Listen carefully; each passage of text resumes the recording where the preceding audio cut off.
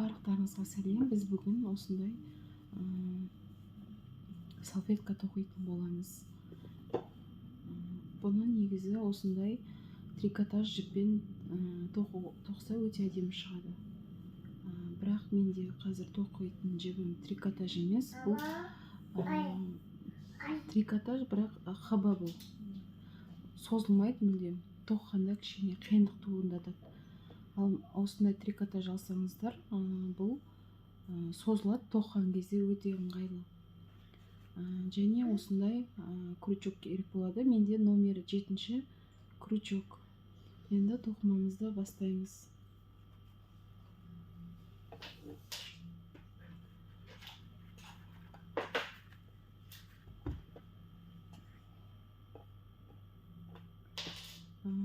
Тоқымымызды бастау үшін жібімізді осылай бір рет осылай орап аламыз қолымызға. И мына негізгі жұмыс жіп бізде. Осыны осылай іліп шығарып аламыз.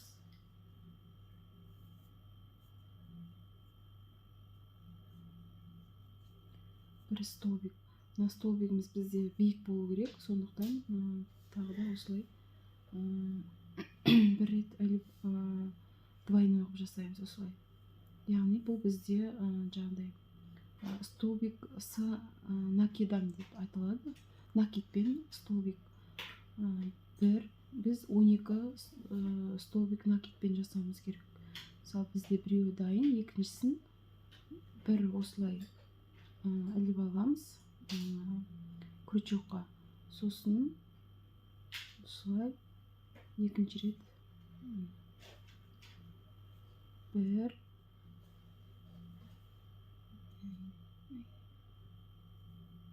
екі. Бізде уже екі столбик накидпен пайда болды. Енді біз осындайдан тағы 10, яғни 12 столбик накидпен жасауымыз керек. Осылай тоқып кете береміз. Мына дөңгелекті айналдырып, мына жіп бірге жүреді. Осылай айналдырып тоқимыз.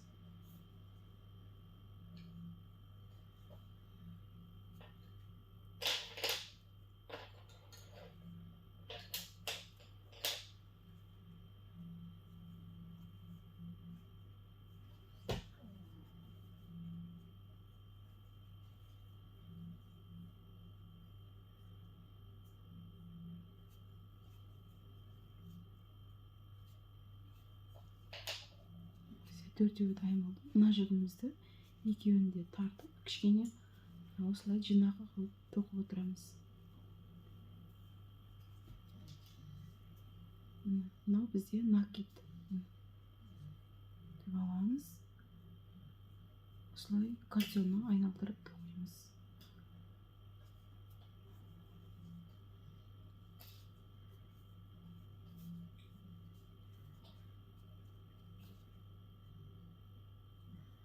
Қатты қыспай, кішкене қатты бос тағуға болмайды, кішкене еркінірек жіберіп тоқимыз.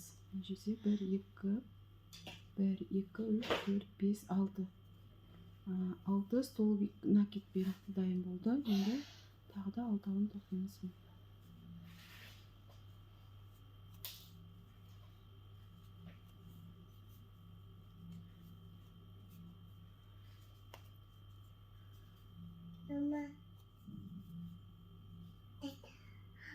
Мама!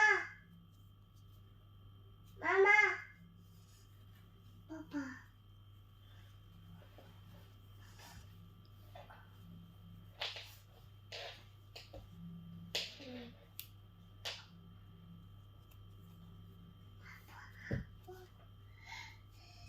Bir, 2, 3, 4, 5, 6, 7, 8, 9, 10, 11.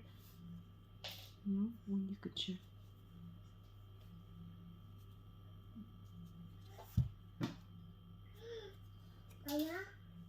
Енді мынау бізде дөңгелегімізді мынау жіптің ұшынан тартып, осылай дөңгелегімізді осылай тартамыз. Енді бізде бұл бірінші қатар, оны аяқтау үшін мынау бірінші жасаған петлям столбигіміз бар ғой, соған іліп аламыз. Мына жерден мына жіптің ұшын осылай іліп мына жаққа шығарып аламыз. Осылай шығарып аламыз да, енді мына жіпті тартамыз. Осылай тартып, кішкене үлкен жасап шығарамыз да, мына жіпті айналдырып былай қарай.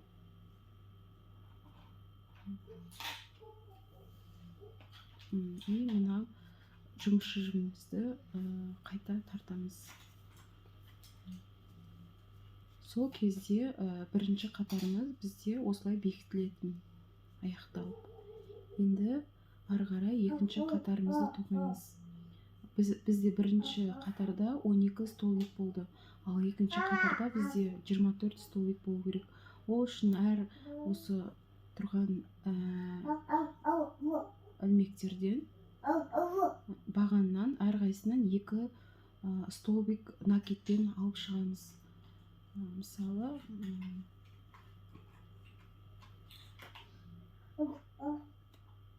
мынау жіптің шығып тұрған жерінен кейінгіден, міне осы жерден осылай накид алып, бір столбик жасадық. Ал бізде столбик с накидан болу керек. Сол үшін екіншісін көтеріп аламыз. Енді ары қарай бәрін осылай накидпен тоқып шығамыз. Бірінші бағаннан 2 столбик, мысалы,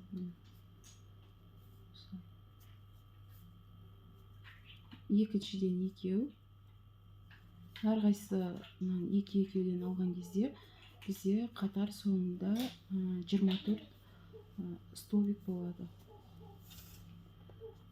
Бізде жібіміз жіңішке и созылмайды. Егер жіп кішкене мынау сияқты трикотажды созылатын осындай жіп болса, әрі арасы тығыз болады и бір жағы тоққан кезде өте ыңғайлы болады. Бізде қазір 4 болды. Ары қарай осылай қатар соңына дейін әр бағаннан 2 столбик накидпен осылай тоқып шығамыз. Қатардың соңында 24 столбик накидпен болу керек. Мен қазір 24 столбик накидпен болды. Мен санап шығамыз. 1, 2, 1, 2, 3, 4, 5, 6, 7, 8, 9, 10, 11, 12, 13, 14, 15, 16, 17, 18, 19, 20, 21, 22, 23, 24. Енді мына жібімізді жаңағыдай бірінші тұрған столбигімізден осылай крючокты осылай ілмекті шығарып, оны осылай просто іліп аламыз да, келесі бетіне өткіземіз. И жаңағыдай мына негізгі жіпті осылай кішкене ұзынырақ шығарамыз. И бұлай айналдырып әкеліп қайтадан жібімізді тартамыз. Осылайша біз екінші қатарымызды аяқтадық. 24 столбик болды. Енді үшінші қатарды бастаймыз. Үшінші қатар жаңағыдай осылай накид іліп аламыз. И жаңағы жіптің шыққан жерінен кейінгі міне столбикке бір столбик. Үшінші қатарымызда осылай біріншіден бір столбик, бірінші бағаннан, екінші бағаннан 2 столбик аламыз. Осылай накидпен бәрін. 1, 2. Үшіншіден бір столбик. Бір столбик. Төртіншіден 2 столбик. Яғни үшінші қатарымызда 12 қосымша береміз. Сол кезде бізде қатар соңында 38 столбик болады. Мынадан уже бізде 2 екі столбик накидпен. Келесіден біреу,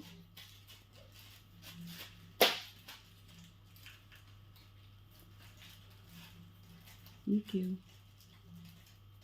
екі столбик накидпен.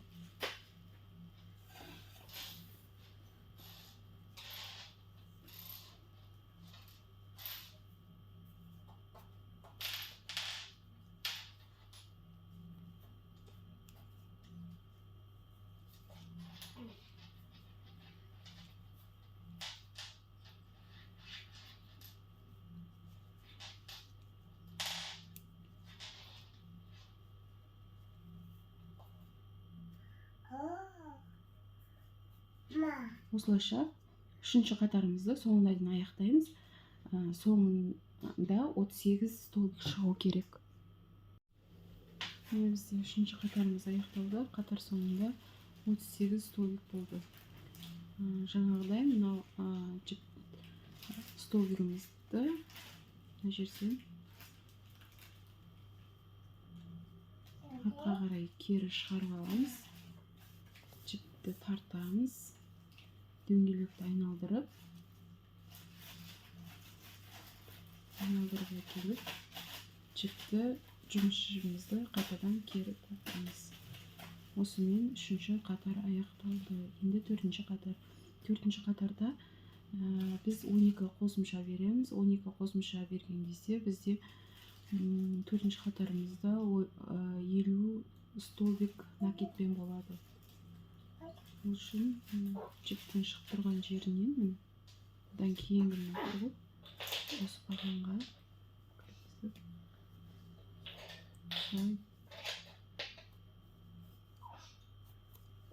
бірінші столбигіміз дайын. Енді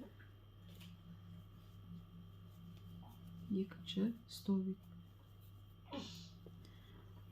Төртінші қатарда жүріні бірінші бағаннан бір столбик, екіншіден тағы бір столбик, үшіншіден екі столбик накидпен. Яғни қайталанып отырады. Әрбір үшінші бағанға біз қосымша береміз. Үшіншісіне екі столбик накидпен аламыз.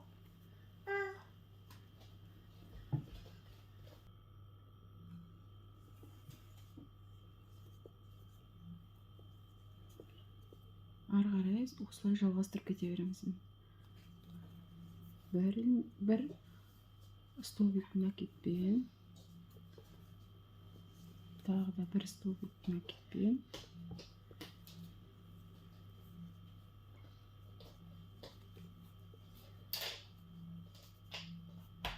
үшіншісінен қосымша береміз. Яғни бір бағаннан екі столбик накидпен тоқимыз. Осылай бізде бұл төртінші қатар айналдырып тоқып келеміз. Қатар соңында бізде 50 столбик накидпен болу керек. Бұл жерде төртінші қатарда ең соңын көрсетіп жүрейін. Столбик накидпен. Егер түсінбей жатсаңыздар, бір,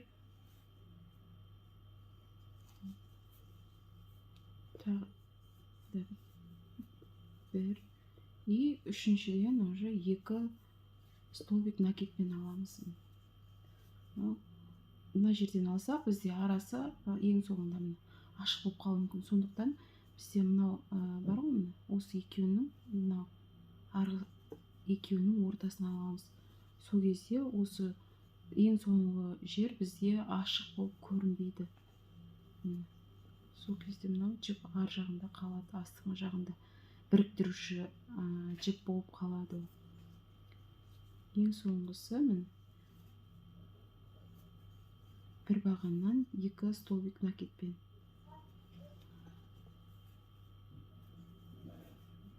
Бізде төртінші қатарымыз 50 столбик накидпен. Енді жаңағыдай мына жіпті біз мынау ең бірінші тұрған столбик бар ғой, осыдан кіргізіп жіпті артқа қарай тартып шығарып аламыз.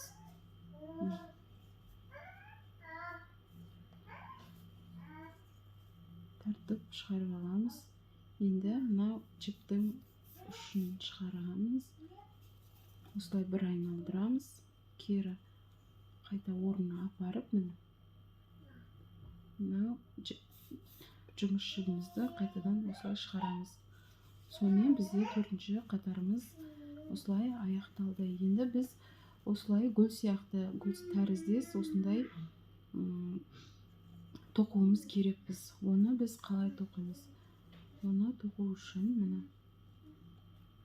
бізде оны тоқу үшін мына столбик, бірінші столбиктен біз аламыз 5 столбик накидпен. Үшін бірінші осылай воздушный алып, өрнегімізді бір столбик накидпен дайын.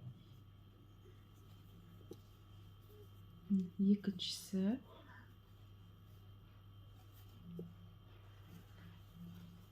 үш,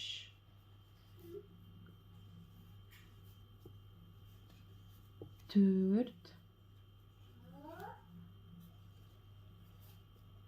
бесіншісі.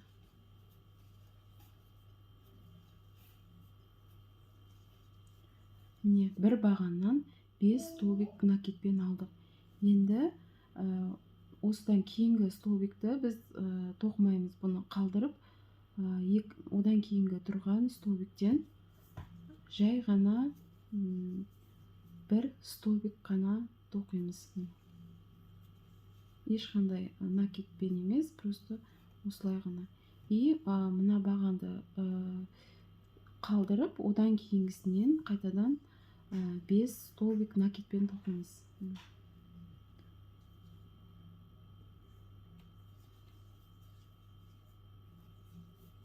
Бір,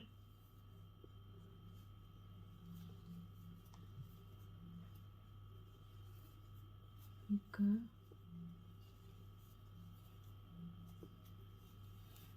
үш,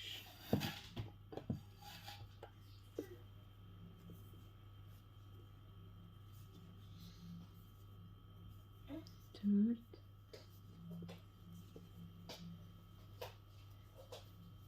бес. Міне, 5 столбик накидпен алдық. Енді сол нәрсені тағы қайталамыз. Бір баған қалдырып, екінші бағаннан жай ғана бір столбик, ешқандай қосымшасыз бір столбик қана тоқимыз.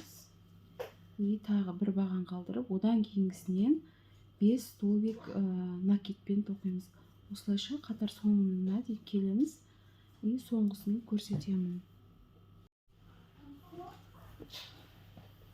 Осылай гүлдеріміз тоқылып келеміз. Енді ең соңында мына жерден бір столбик и бір бағанды бос қалдырамыз. Одан кейін мына жерден жаңағыдай 5 столбик накидпен тоқимыз. Қалдырып келесіне. Бір,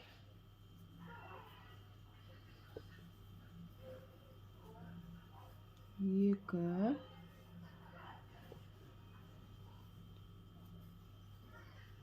үш,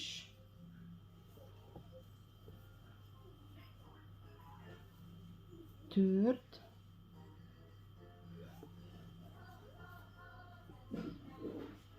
бес.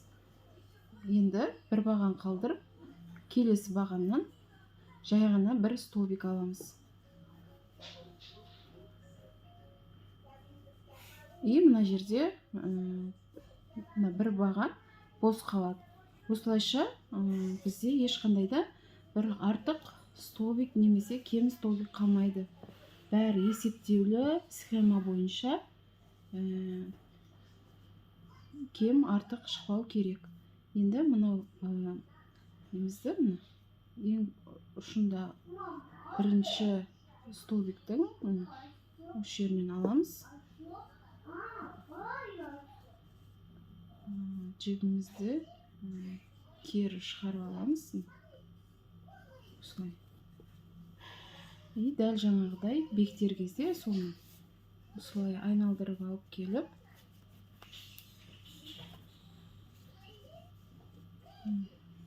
мына біздің бастаған кездегі жіптің ұшы, бұл ешқайсысына қатысы жоқ. Бұны қазір соңында қиып тастаймыз. Енді мынау жұмыс жібімізді осылай тартамыз. Міне осылайша бізде тоқымамыз осылай аяқталады. Мыналарды осылай дұрыстап жібереміз.